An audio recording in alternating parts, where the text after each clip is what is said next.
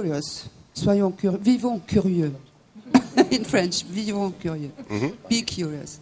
So, of course, we are curious about all the world in our documentaries, and international co-production is more and more important for us. How much do you traditionally contribute to a co-production? The whole program budget, about 25%, is dedicated to documentaries. And I should say that maybe 1/4 is international co-productions outside France and Germany. Okay, so that's the proportion of your schedule that is a co-production. Yes, How much do you contribute to each one? Grand format, which is a feature-length documentary, 90 minutes time slot on any subject, but with a very creative signature. There is room for international co-productions. Okay. Before we get on to the questions, there's a couple of producers at the end here, and another channel that we can talk to, just to get a little snapshot of how important co-production is to them. Monique, tell us a little bit about your contribution to co-productions and how important they are to the NFB. National Film Board of Canada, well, we produce about more than 100 titles a year. Of that, 1 out of 2 is a co-production, a national co-production, right, with an independent Canadian producer. And I would say 15% are international co-productions, if I look at the numbers. So I must say, this is important, that the rules to co-produce with Canada are strict rules, difficult in application because it's a very protectionist system in Canada. And sometimes it has been very unpleasant experiences because these rules were not understood very well or not well explained to the co-producers. Essentially, the system is the following. Canadian money on a co-production should be 75% of it must be given to Canadians or spent in Canada. That's the rule. There's other point system, etc., more complicated.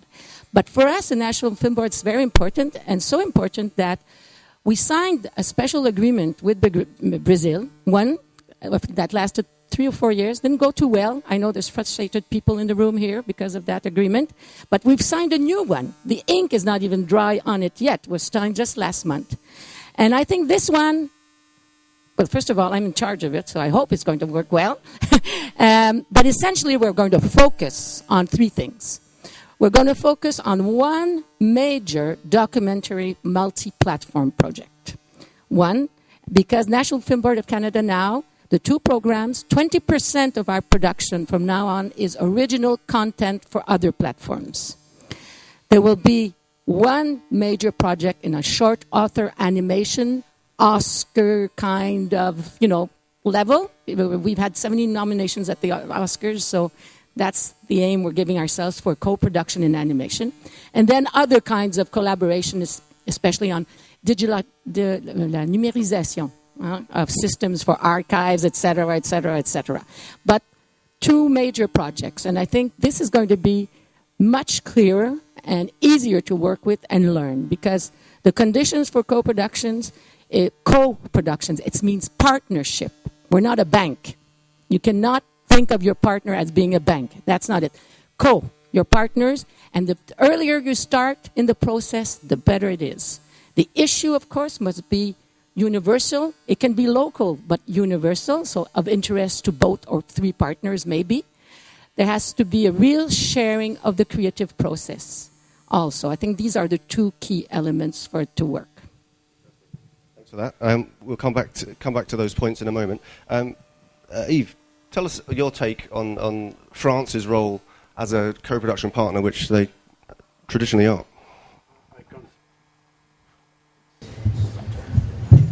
I can't speak as French. I wouldn't dare.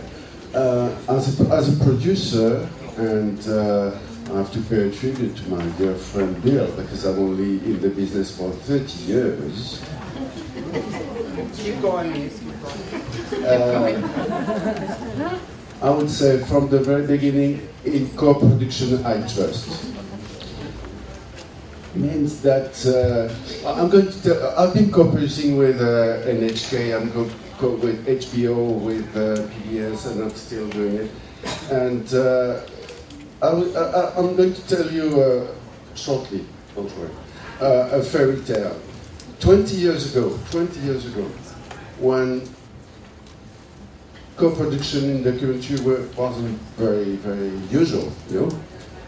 I succeeded to co-produce, it was as well a series and a film for cinema and several other things. At the time, it was the biggest, or one of the biggest co-production for documentary called Transantarctica. And the fairy tale is that it had been a success, that we, even at the time it was impossible, we got ABC as a broadcaster in the US. Impossible.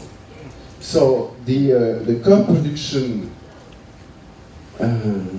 strategy, you have to be open to that. You know, it should be impossible today to do such a co-production where I had even the Russian television co-production, I had the Japanese television, the American television, the Channel 4 in Great Britain, all the other European channels.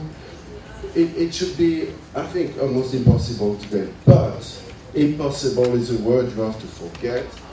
If you go to co-production, you have to dare, you have to dream, you have to do it, and as Emmanuel was saying it. So co-production is really at stake. It's really difficult. It's more difficult today than it was 5 years ago. That's true. But I think it will come back in the next year, maybe 2011, 2012, let's be optimistic. And it will come back because it's, as you were saying it, Monique, the co-production is very important. It's something which has to be built up.